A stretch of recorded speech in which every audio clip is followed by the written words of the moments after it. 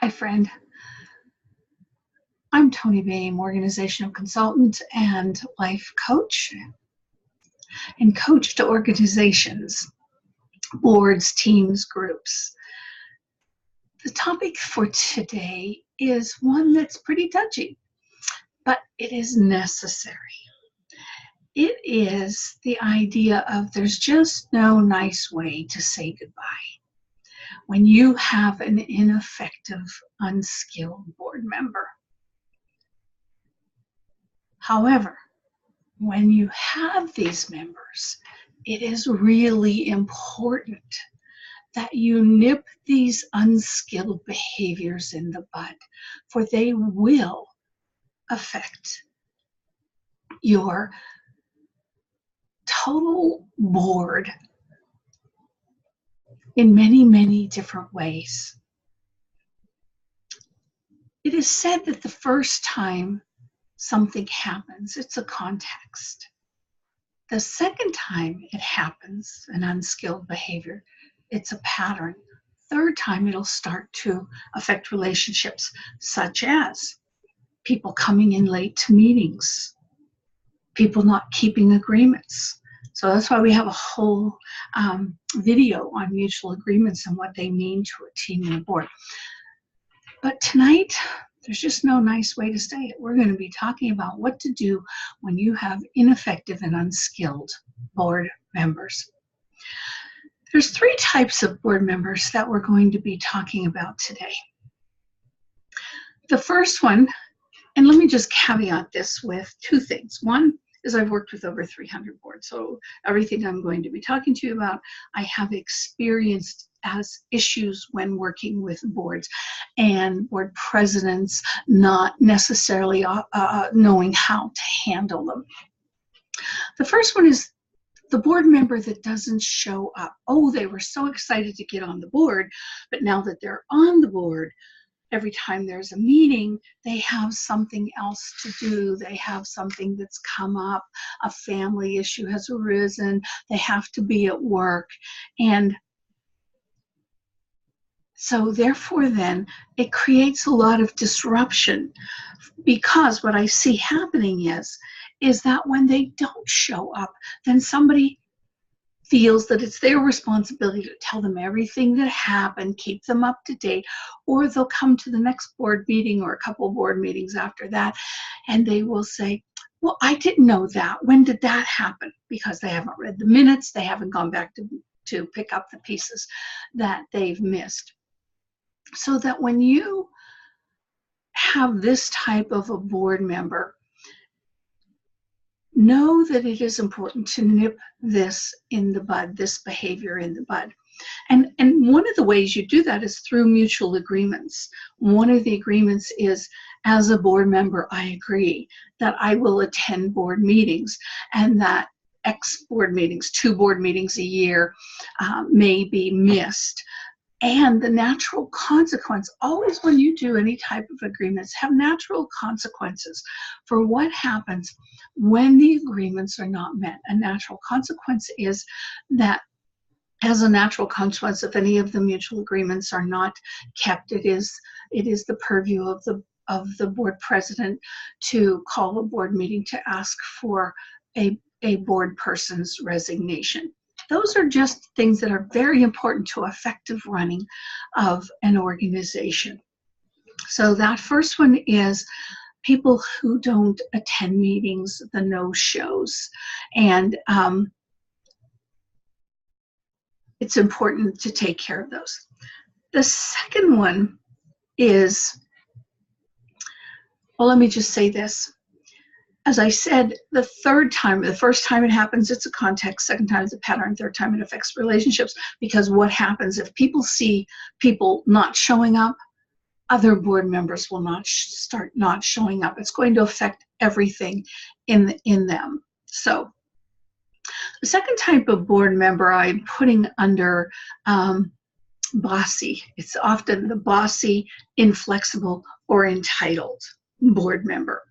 This is a board member who who basically wanted to be board president, maybe didn't get elected. It's a board member who might be the largest tither in the church, and so therefore they feel entitled to do whatever they want, to not keep decorum, those types of things, to try to micromanage the board president, or micromanage, if you're in a ministry, to micromanage the minister. They'll often talk over other people because what they have to say is so important. And because they are entitled, they actually believe that they're enlightened, and probably more enlightened than many people on there. And because their nature is to be somewhat bullying, other board members become afraid of them or fearful very quickly. And again, that begins to affect the relationships on the board. Sometimes you just have to say to people, stop it. Stop it. Here are the expectations of how we will be here. And the board president, stop it. The board president is so-and-so. Or to call in an organizational consultant to do some training around how to be an effective board member. So they're either bossy, inflexible, or entitled. The inflexible board member has come with an agenda, and there's not much that's going to get them off their agenda. As soon as you see this, again, nip it in the bud. It needs to be spoken to, because it will affect everything you do until they get their agenda completed.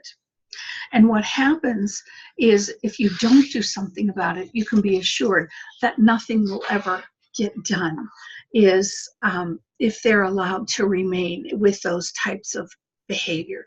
And that the board president will be frustrated and other people will be frustrated. Sometimes just having a training, inviting somebody in. I did this not too long ago with a group where I just brought these things to the attention of the board. And the one that was acting out heard it. Whoa, for some reason in that moment, he was ready to really look at, well, could this be me? So it became really important. Whatever it is, if they don't straighten up, though, they can't stay. The last type of board member, and just to caveat this, the original concept of this came from an organizational consultant named Todd Polniak, and I want to give Todd credit for this. The third type of board member is one that's called just the hot mess. And they just don't have their personal life in order, and so they come into the meeting, and then they have their phone and they have to do this text and that text, and it's they're just involved in lots of things. The other thing a hot mess board member is often that they are a character, unethical. They want things to be done a little shady, and so you really have to be careful and watch these types of people. Board members with poor character and shady dealings are not good for your mission or your organization. So what happens if you keep these type of people on, you run the risk of tainting your reputation. And the mission is too good to not have good people supporting it. So that if you see these kind of behaviors, such as, let me give you an example on this one. You have a board member who, and you have some remodeling that needs to be done in your ministry, in your organization, in your building.